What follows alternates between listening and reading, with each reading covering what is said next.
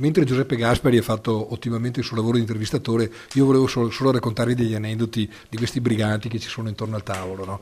Allora, sono andato a vedere prima delle ferie, sì, delle vacanze di Natale a Montebelluna il banco della Mexar, cioè quindi c'erano Katia e appunto Diego imbacuccati perché faceva freddo, era una giornata fredda, c'era una porchetta lunga 3-4 metri, no? Una roba incredibile, con il pane del nostro amico Andrea. Allora, noi dovevamo anche Renzo fare il servizio, però in realtà abbiamo dovuto riprenderli perché era l'unico banco che era pieno di gente, oltre a quello di Andrea, perché non c'era un asciepamento, per cui abbiamo potuto soltanto salutarli con la manina. Segno che pane buono, una porchetta dei sapori di Montefeltro, poi c'erano anche tutti i torroni, c'era anche tutta la parte di dolci. In 2 riuscivano a seguire tutto quello. Guardate che non è facile stare dietro. Il cibo di strada, fare il cibo di strada, voglio dire, dando da mangiare alla gente, riuscendo a dare una parola per tutti. Non è un lavoro facile, vero Diego? Non è una cosa improvvisata. Un lavoro Sociale. Di Andrea voglio raccontarvi soltanto una cosa, no, di Andrea. Noi ci siamo conosciuti così, così. Poi l'abbiamo scoperto col passare del tempo. Mi è molto piaciuto l'intervento che ha fatto sulle mode della pasta madre, tutte ste menate, che non è una menata la pasta madre, però voglio dire, c'è tutto un discorso di moda, anche nei consumi alimentari c'è un discorso di moda. Lui francamente non si è mai fatto troppo condizionare da...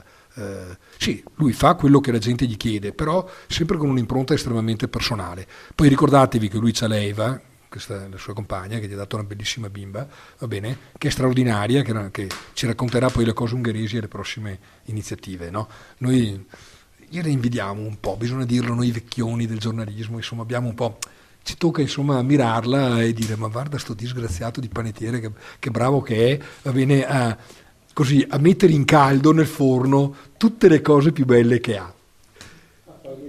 Di Giovanni Frozza va detto soltanto una cosa che mi piace sempre ricordare e che ho raccontato anche a Giuseppe appena siamo arrivati in cantina. Fanno sempre grosso modo la stessa produzione ogni anno.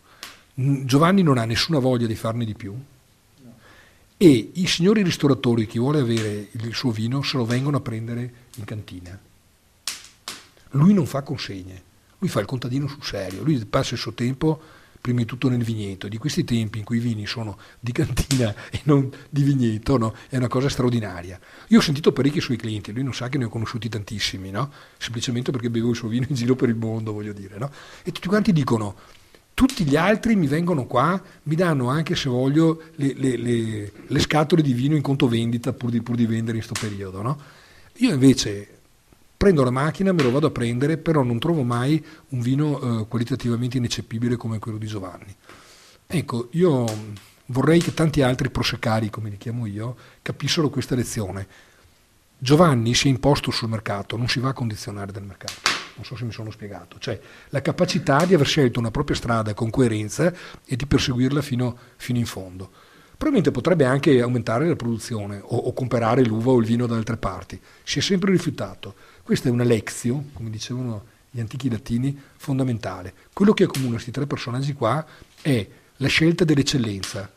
La parola qualità non mi piace molto, sono sincero, perché l'abbiamo strombazzata, anche quelli che facevano il vino con l'etanolo parlavano di vini di qualità. Quindi è una parola un po' abusata, diciamo, abusata. L'utilità della qualità. Perfetto, al prossimo appuntamento. Renzo, scusa, non spegni, Renzo, non spegni. Volevo far vedere invece la parte nascosta di Andrea. Sì. Ci sei, Renzo? Sì. Eccola. Bella. Ultimi 2 appunti. Dicevamo della carne equina prima, la soppressa e il salame equino con l'aglio. Sono il frutto di un lavoro certosino che dura da anni della macelleria equina Signor, dei fratelli Signor, in piazza praticamente a Montebelluna. In questa puntata troverete anche l'intervista che Giuseppe ha fatto a loro direttamente in macelleria. Prodotti straordinari, preparati anche secondo lo stile gastronomico. Sapete che un po' le macellerie, i macellai sono diventati anche un po' gastronomi, un po' cuochi, cioè devono andare incontro alle tendenze, soprattutto le donne in carriera che lavorano e che quindi non hanno molto tempo, no, pronti a cuocere. Però volevo ricordare anche una piccola sfiziosità. Nel 1983 noi facevamo Manuale pratico della carne equina in cucina. Non so se pensate quanti anni fa. Nel 1900? 1983. 30 anni fa. Sì. 31, 2014. Lo aveva curato il giornalista enogastronomo Bruno Sganga, che è uno dei nostri giornalisti dell'Equipe, che cura anche la trasmissione La verità nel piatto, Il gusto del sole, che è quella che trasmette nel centro-sud le nostre trasmissioni, anche tra le altre cose, va bene, con le immagini di Gabriella Montanaro per le edizioni del Buon Evento.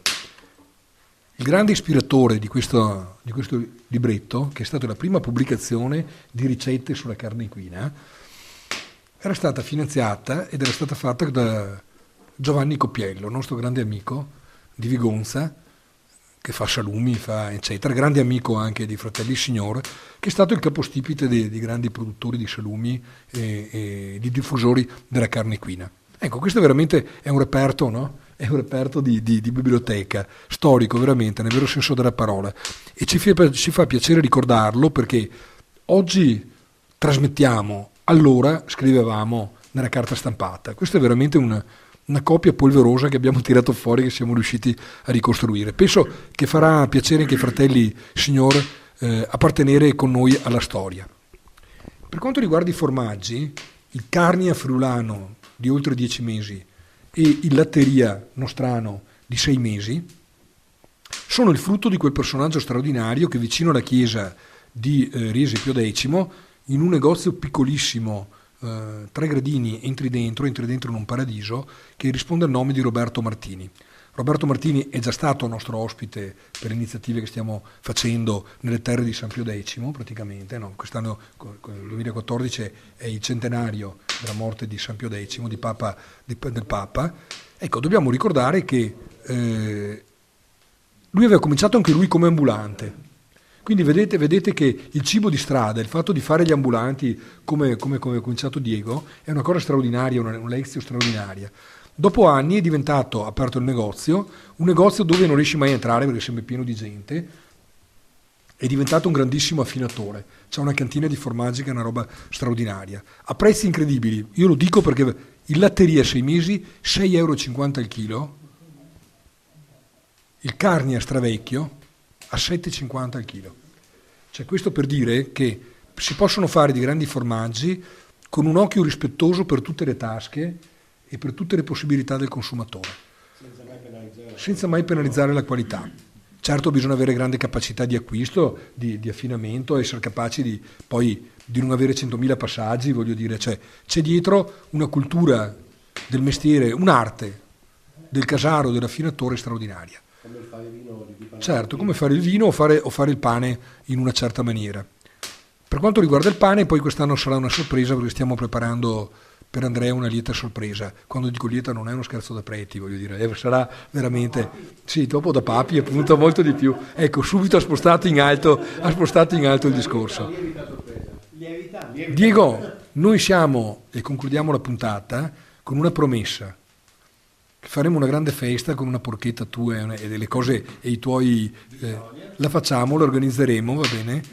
Anche perché questa sera sei stato testimone della qualità, la prossima volta saremo noi testimoni della qualità tua, va bene? Facciamo così. Grazie a voi per essere venuti e se voi sapete che il fresco delle nostre trasmissioni è così, è live, il diretto, le cose come vengono fuori senza grandi preparazioni. Ringraziamo invece Giovanni che, allora, un piccolo segreto. Tutte le trasmissioni di ogni inizio anno, da 3-4 anni, le facciamo sempre qua.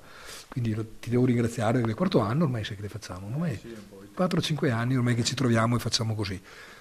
Non potrete assaggiare la grappa Frozza, cioè quindi ottenuta dalle vinacce di Frozza. E come si chiama l'amico che non mi ricordo più? Alessandro. Sì.